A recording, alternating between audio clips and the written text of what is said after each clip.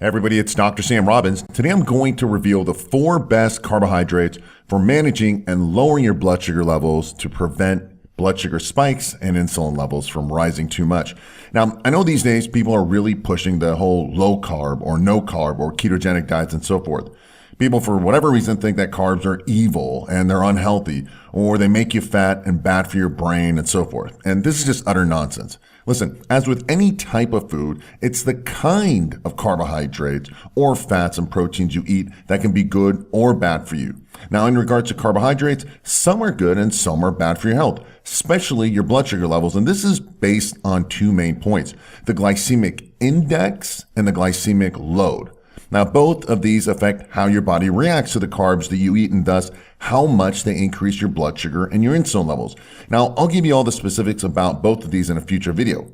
However, today I want to give you some really great carbohydrates that are healthy for you and your blood sugar levels based on actually having both lower glycemic index and glycemic load. And this means lower blood sugar spikes, more energy, less fatigue, and it's perfect for weight loss.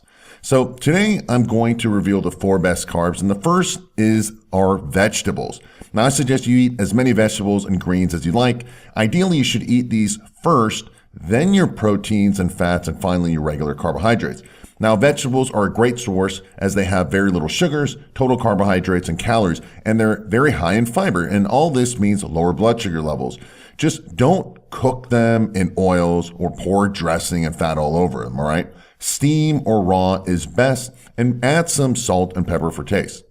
Then legumes and beans. Now, beans are starchy and a complex form of carbohydrates, similar to, let's say, rice, pasta, and bread. However, they are very high in fiber and also protein, and thus have low in both glycemic index and the glycemic load, despite being high in carbohydrates. Now, black beans and lentils are my 2 favorites, and there's no sugar, so that's another big benefit, and they're slow digesting, so it'll keep you full a lot longer. Just keep in mind that it is calorically dense, so keep an eye on your portion size.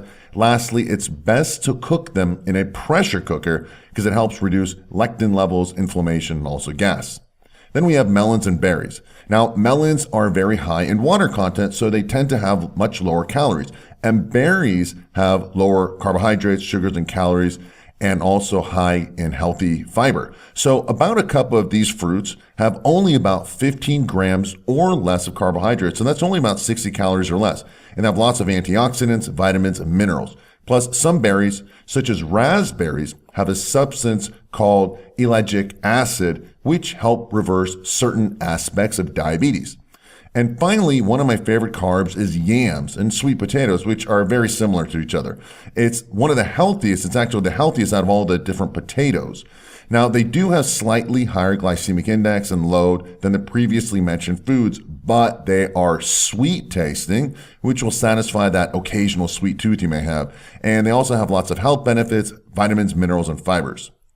Now, what you'll notice is I didn't mention anything about oats and whole grains, all right? And this is because they are inflammatory, and oats tend to actually be an allergen for many people. Also, after doing so many blood tests, I've noticed that oats, for example, increase the stress hormone cortisol.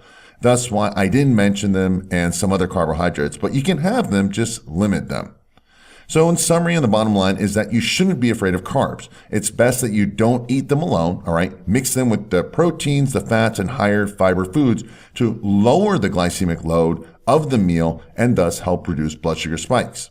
However, if you want to keep your blood sugar in a healthy range throughout the day and help avoid diabetes and still enjoy your carbohydrates, then make sure you watch another video about one of my favorite solutions. Just click the link below in this video in the description area. You'll discover how my uncle actually lowered his blood sugar naturally, reversed his diabetes, and lost about 34 pounds all at the same time.